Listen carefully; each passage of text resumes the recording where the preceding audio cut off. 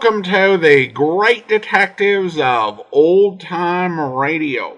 From Boise, Idaho, this is your host, Adam Graham. If you have a comment, email it to me, box13@greatdetectives.net. Follow us over on Twitter at Radio Detectives, and check us out on Instagram, instagram.com/Great Detectives. Our listener support campaign continues, and you can become one of our ongoing Patreon supporters for as little as $2 per month. Just go over to patreon.greatdetectives.net. And when you do become one of our Patreon supporters, you get a monthly newsletter from me. You also occasionally get to hear things in advance, such as the Old Time Radio Superman program. New episodes have been posted for Patreon supporters in advance of general release. And you can also choose our summer series that we vote on each April. So check us out over at patreon.greatdetectives.net. Now let's go ahead and get into today's episode of yours truly, Johnny Dollar. The original air date on this one is March the 17th, 1953, and this one is The King's Necklace Matter. John Lund as yours truly, Johnny Dollar.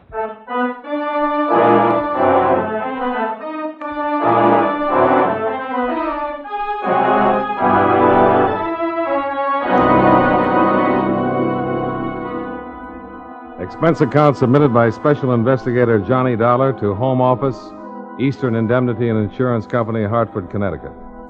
The following is an accounting of expenditures during my investigation of the King's Necklace matter.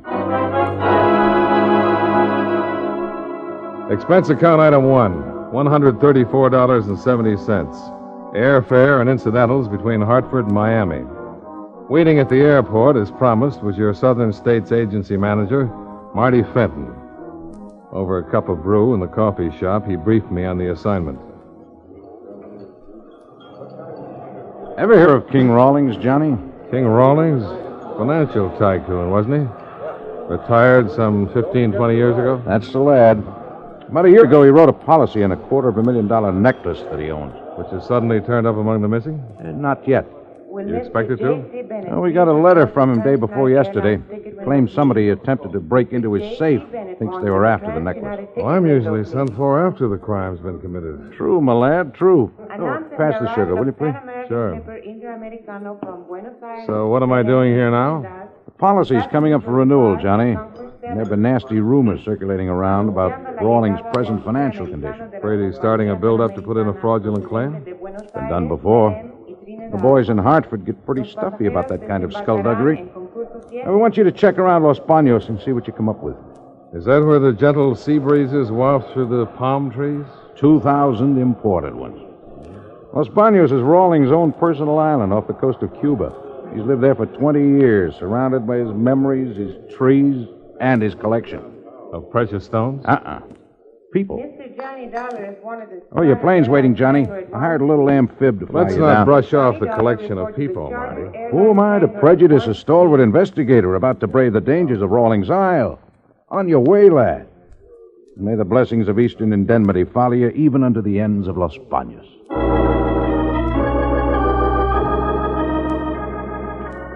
After 1.5 hours of white clouds and blue sky, the plane put down in an even bluer sea and taxied over to a landing dock on a picture book island. King Rawlings had collected palm trees, all right, but I didn't know about the people. From where I stood, there was nothing to be seen but the landing dock, a gravel path, and those trees. The path led through a seemingly deserted tangle of exotic flowers, sweet-scented vines, and the ever-present palm trees. It was like a tropical paradise, peaceful, serene, untouched by men. I just about decided that nobody on this island ever made use of this lush garden spot when I learned that I couldn't have been more wrong. Over here, please. Well, hello, wherever you are. Over here, in the clearing to your right. Hello. Who are you? My name's Johnny Dollar. I am Nita Valdez, Mr. Dollar. I'm glad to know you, Miss Valdez. You are the man who arrived on the plane a few minutes ago, no? I didn't think anyone had heard. The hospitality is overwhelming. You will become accustomed to it. Everyone here is too occupied with himself to bother concerning anyone else. Like me, I have been too busy sunbathing. Yes, so I noticed. If it bothers you, you could hand me my robe. Oh, no. That won't be necessary. Sit down, Mr. Dollar. Thanks. You have come to see the king about the attempt to steal his necklace? Apparently, sunbathing hasn't interfered with your learning about that. You obviously do not know King Rawlings very well. Why do you say that? Everyone on this island has been accused of attempting the theft. Including you? Why should I be an exception? Oh, just wondering. Because I'm young and beautiful, you think perhaps I hold some special place of esteem in King Rawlings' affections? Well, do you? Can you reach that bottle of suntan lotion? Yeah, sure. The back of my shoulders. Would you mind? It is a difficult place for me to reach. Oh, I'll be glad to. About the necklace, Mr. Dollar, I would not be too concerned about it if I were you. Oh? Why not? Well, if anyone had actually made an attempt to steal it, the king knows who he is. But he still accused everybody here, huh? It affords him a great deal of pleasure to make others squirm and be uncomfortable. You don't like him very much, do you? I hate him. Then why do you stay here? Same reason as everyone else. Money. Oh, that will do nicely, thank you. You're welcome. Do you mind explaining that bit about money, Miss Valdez? Later, perhaps. The sun is still warm, and I wish to take advantage of it. We will meet again. A polite dismissal, if I ever heard one. You're wondering, perhaps, why I stopped you to talk this way? The thought had occurred to me, yes. When you meet the king, get to know him a little, I think you will understand why. And if I don't? I sunbathe here every day at this time. I'll think about that, too.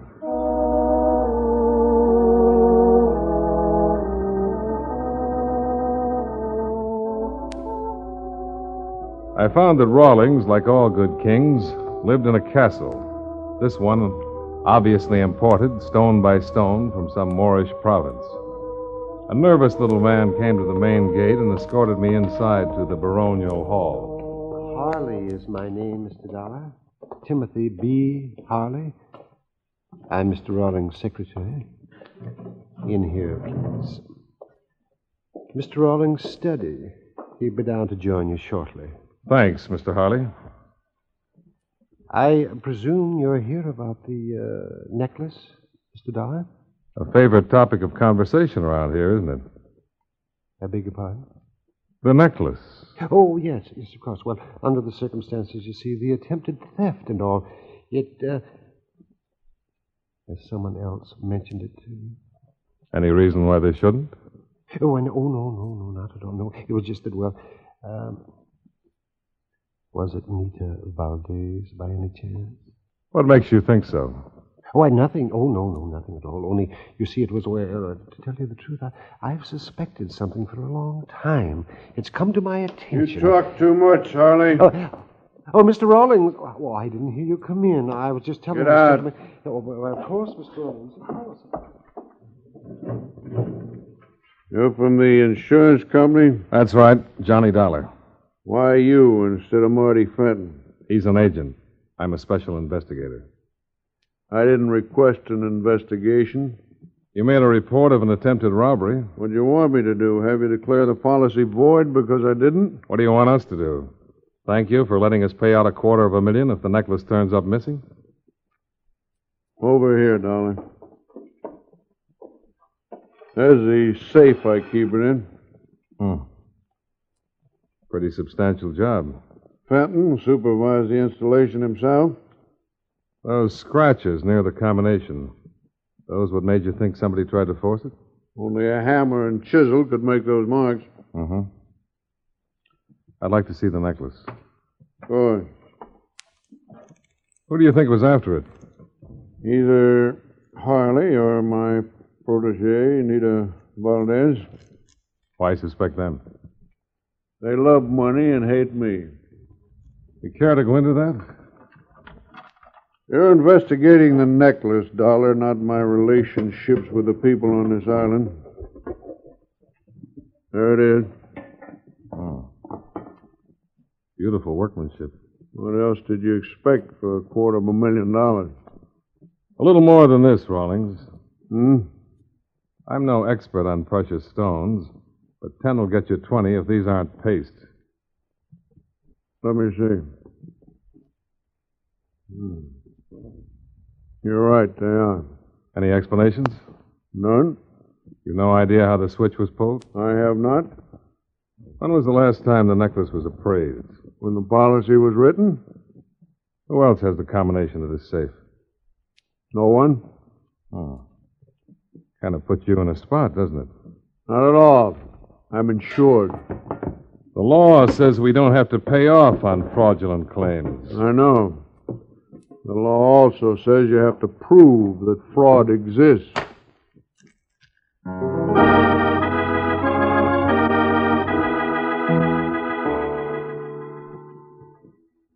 I broke the news to Marty and looked around for something to improve the shining hours while waiting for him to arrive. I found it, dressed in a clinging silk gown on a patio overlooking the sea. It was obviously the cocktail hour. Mind if I join you? Oh, please do. I can't make up my mind. To what, Mr. Dollar? Which shows you off to greater advantage? That dress or the sunsuit? For that, you may have a choice of rewards. Scotch or martini? Nothing, thanks. Well, what did you think of him? The king? Yes, I'm more interested in what you think of him. I have already told you I know. He confirmed your statement. that I hate him. Mm-hmm. You can believe it. I do. What I want to know is why. King Rawlings is a collector. Stamps, butterflies, out-of-state license Of plates. people, Mr. Dollar. How does this fascinating game of his work? He specializes in aspiring artists with little or no talent. An actress like myself, a would-be poet like Harley. He baits his trap with the promise of money to aid their careers, keeps them dangling as long as they can amuse him and feed his ego, then he casts them off. Very amusing. Yes, isn't it? But if you know what he is, why stay on? Oh, it's much easier to cling even to a remnant of a dream than to face the harshness of reality. How tough would it be to face reality with $250,000? The necklace is gone? Does that surprise you? No. It was too great a temptation. For you or Harley? For either of us, if we had known the combination to that safe. No, Mr. Dollar, it was the king himself who was tempted. Well, that doesn't figure. Not with his money. If he still has it. Why do you think he hasn't? What other answer could there be? Might be interesting to try to find out. Oh, you would be wasting your time, Mr. Dollar. I've got some to spare. Perhaps I could find use for it. I don't have any money. Oh, that was rather cruel. I'm sorry. Mr. Dollar, is that you? Oh, yes, of course it is, yes. Why the excitement, Harley? Tell me, is it true that the necklace has been stolen? Looks like it. Why? I wonder if that could possibly account for it. For what? Mr. Rawlings, he's lying on the second floor landing. I think he's dead.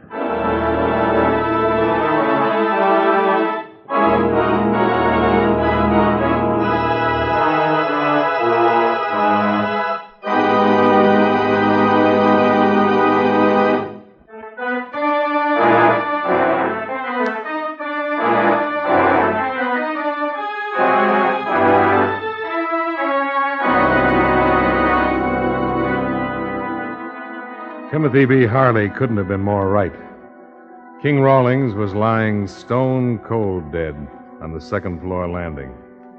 When Marty Fenton flew in 3 hours later, accompanied by a Captain Fuentes of the Havana Police, I gave them a fast briefing. Marty's reaction was predictable. Nobody gets off this island until we learn what's happened to that necklace. Right, Captain Fuentes? Yes, I agree, Senor Fenton. Up to a certain point. What point? What do you mean? The good captain apparently feels there might be something more important about all this than a missing necklace. What could be more important than $250,000 in stolen jewels? How about murder? Never entered my mind. Naturally not. Eastern Indemnity only insured Rawlings' stones, not his life. I guess I had that coming. Senor Dollar is quite correct, however. The cause of Senor Rawlings' death is not apparent at the moment.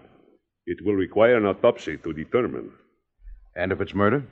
We must then regard everyone who was present upon this island with suspicion. What help can you give us regarding that, Senor Dollar? Well, just what I've told you. Outside of the servants, only Harley, Miss Valdez, and I were among those present. And who was the last to see Senor Rawlings alive? So far as I know, I was. But Harley could have been with him after Rawlings left me in the study. For that matter, Miss Valdez could have seen him, too, before our little tete-a-tete on the patio. Look, fellows, me lads, I don't want to appear single-minded about this little affair, but we don't know whether Rawlings was murdered or not. However, we do know Eastern Indemnity's out a cool 250 G's if that necklace doesn't turn up. Payable, of course, to Senor Rawlings' estate. Sure, but who cares who it's payable to? What I'm interested in is not paying it. Thinking of possible motives, Captain? The heir to Senor Rawlings' fortune might well be suspect. So would whoever stole the necklace, if Rawlings had tumbled to him. And there's always plain hate, isn't there? You have something specific in mind, Senor Dollar? Just a suggestion, Captain.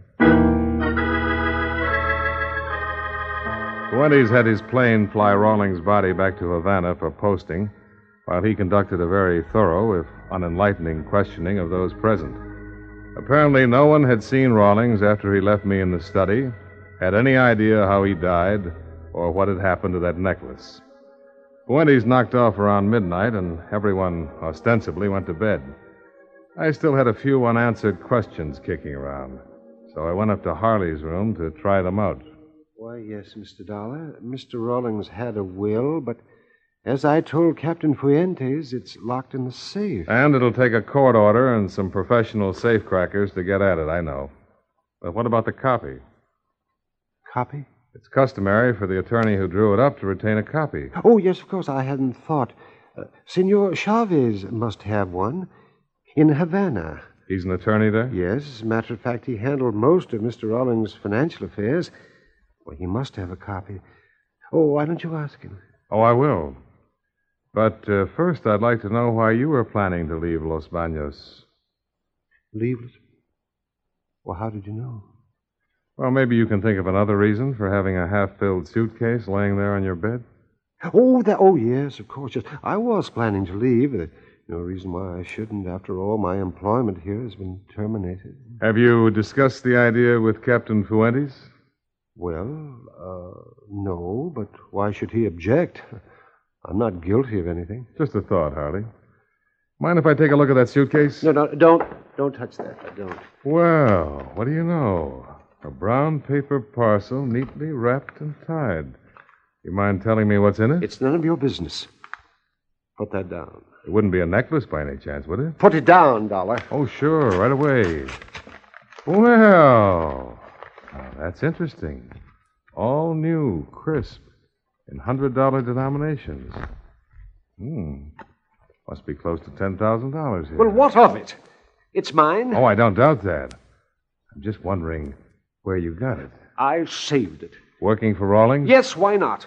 I saved it working for Rawlings. It's mine. Okay, Harley. I don't want it. Don't you really know why Captain Fuentes might object to your leaving now? No. I most certainly don't. Remarkable.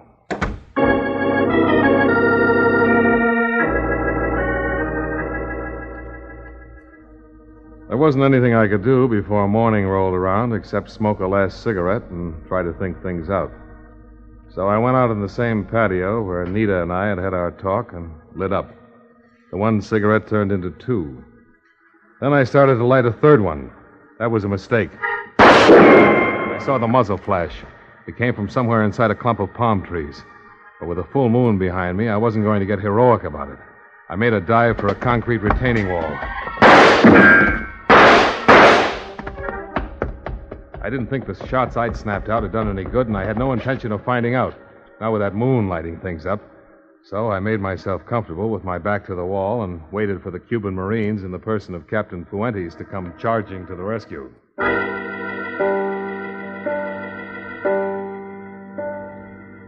Some 15 minutes later, Marty, the captain, and I held a council of war on our way down to the landing docks.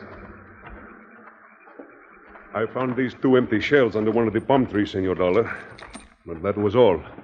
No trace of the person who fired them. What about Harley? He's not in his room. So far, I've been unable to locate him. Hardly seems reasonable, Johnny. What could be so important about that money you saw to make him want to kill you? I don't know that he did, Marty. But I'd like to ask him a couple of questions about it. But why come down here to the boathouse, senor? Well, with your plane gone, there's only one way off this island. Rawlings speedboats. We'd better make sure they're locked up tight.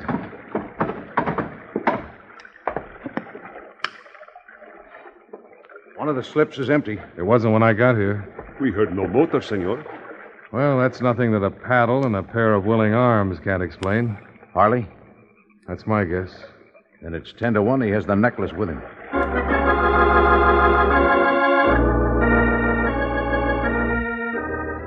Expense account item 2, $5.65. Breakfast for 2 in Havana, where Martin Fenton and I found the bougainvillea and the tourist rates in full bloom. We wanted to talk to Senor Chavez, Rawlings' lawyer, and after a rough trip on one of the speedboats and that rougher breakfast tab, we made our way to his office. See, I have a copy of Senor Rawlings' will, but you understand I cannot disclose its contents until the court so order. Well, we don't want any details, Senor Chavez. Huh? But I understood you were inquiring about beneficiaries. All we want to know is if he left anything to a Timothy Harley or Anita Valdez. I see. Well, we've explained the circumstances, Senor Chavez. It can't violate any professional ethics to give us a yes or no to those 2 names. No, I do not believe it is unethical to tell you this much. No individuals were named in the will. Only charitable and public welfare institutions. Well, that eliminates the heir apparent angle, Johnny. One more thing, Senor Chavez. There have been rumors that Rawlings' fortune was almost gone. Any truth to them? Not a bit. All his investments were most judiciously placed. He was perhaps wealthier at the time of his death than at any time during his life. Well, you've been a big help. Thanks. For now, it is an attorney's duty to aid the law, is it not? Any time you are here in Havana, please to stop in. It would be my pleasure. Will do, Senor Chavez, and thanks again. Well, it was a great help. Cleaned up some loose ends. It's a loose necklace I'm worried about, Johnny. Where do we go from here? Well, we can check out the local police, see if they've picked up anything on Harley. Good as anything, I guess. Oh, which way? We passed it on the way up here. We'll go right... Senor Dollar, it is most fortunate that you're still here. There's a phone call for you in my office from the island of Los Baños. Oh, thanks, Senor Chavez. There on my desk, senor. Johnny Dollar. This is Captain Fuente, Senor Dollar. I have some information for you. Oh? What is it, Captain? First of all, the autopsy report on Senor Rawlings has come in. Natural death? See, that is correct. From an old aggravated heart condition. But how did you know? No real reason for anybody to murder him. What else? We have found Senor Harley's body at the north end of the island. Apparently his motor stopped and the surf dashed him against the rocks. His skull was fractured. You didn't find the necklace on him? No, but he is the one who stole it. What makes you think so? In his wallet, we found a slip of paper, senor. On it was written the combination of the safe.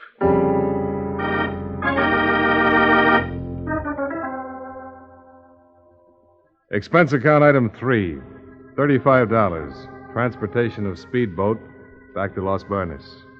With Captain Fuente's report, there was no need to report directly to the island, and Marty was anxious to get back to the office and bring you up to date. So he chartered a plane, and we took off for Miami.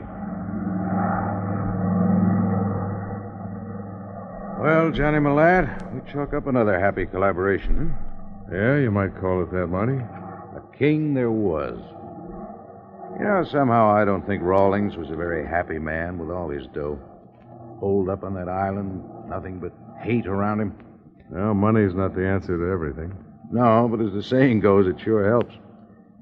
But then I guess it didn't help Harley much either. I wonder if we'll ever find that necklace. It'll turn up. Pretty optimistic, aren't you? No, I'm sure of it. Well, come on, Johnny, give. Where do you think it is? Right there in your briefcase. It's not a very funny gag, Johnny. No, Marty. It's not.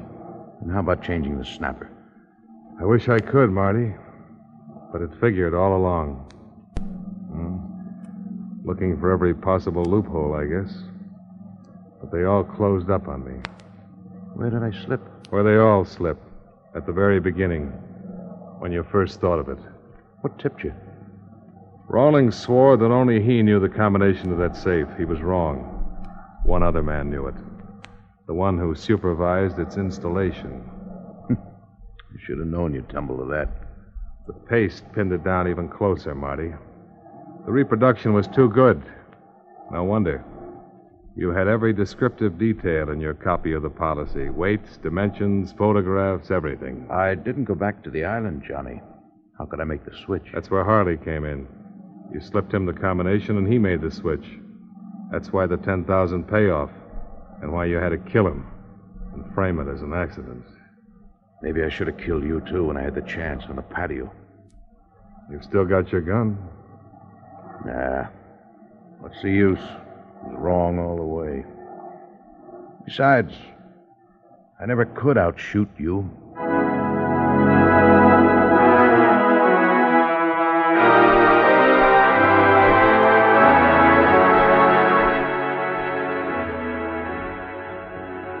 Expense account item 4. $32.15. Hotel bill and incidentals in Miami. Item 5, $141.10. Plane fare and incidentals back to Hartford. Expense account total, $348.60. Remarks. With all due deference to my chosen profession, sometimes this is a lousy business. Yours truly, Johnny Dollar.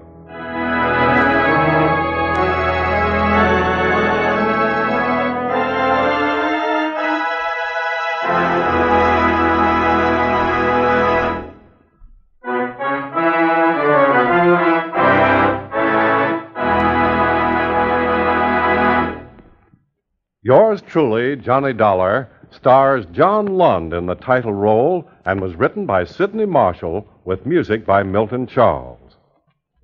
Featured in tonight's cast were Jack Moyles, Lillian Baeff, Tom Tully, Howard McNear, Nestor Paiva, and Don Diamond. Yours truly, Johnny Dollar, is produced and directed in Hollywood by Jaime Del Valle.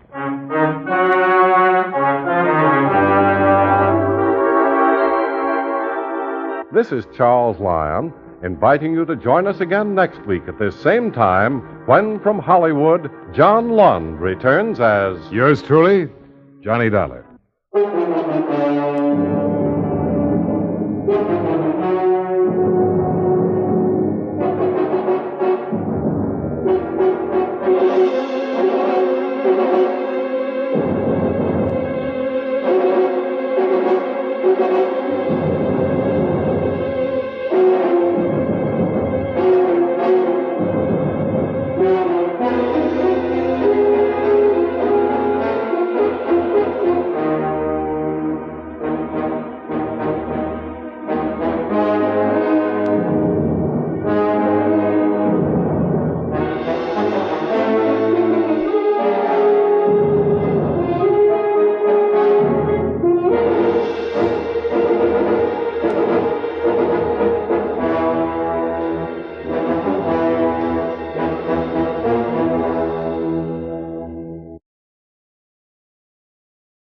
Welcome back. Okay, this is probably one of my favorite stories of the Lund era. It is just so cleverly written. With the death of the policyholder actually being this whole red herring. And the revelation it was the insurance agent really surprised me. I think they just did a good job throwing us off the trail with so many other aspects. I'd say it surprised me the first time because this one did stick out in my mind because It was so well plotted, and every time I hear Jack Moyles playing an insurance company guy, I kind of think, is this that episode? And yeah, this time it was, and I could just kind of appreciate all the little misdirection they gave, but at the same time, they gave you the clues so you could have figured it out. I liked how he even started to get philosophical about how money didn't bring happiness. That was the degree to which, he was being sneaky and hoping that he'd play Johnny, only to find out at the end that he had gone wrong. And I also appreciate the realism of him not trying some desperate getaway. These sort of scenarios were kind of irresistible. They were like candy to many writers of the era who just couldn't help it. But in this case, he saw there was just no way of getting away, and, all he was going to do probably was do himself some mischief or get himself killed. So I liked how they managed to keep the story grounded that way. Now it's time to thank our Patreon supporter of the day, and I want to go ahead and thank Adele. Adele has been one of our Patreon supporters since April, currently supporting us at the rookie level of $2 or more per month. And you can become one of our ongoing Patreon supporters for as little as $2 per month. Just go to patreon.greatdetectives.net. Well, that will do it for today. If you are listening to this later on YouTube, be sure to like the video, subscribe to the channel, and mark the notification bell. And join us back here tomorrow for Squad Room. And then next Thursday, we'll be bringing you Philo Vance. And, of course, we'll be back next Friday with another episode of yours truly, Johnny Dollar. And then next Saturday, it'll be time for Tales of the Texas Rangers. In the meantime, do send your comments to box13@greatdetectives.net. Follow us on Twitter at Radio Detectives and become one of our friends on Facebook. Facebook.com/Radio Detectives. From Boise, Idaho, this is your host, Adam Graham, signing off.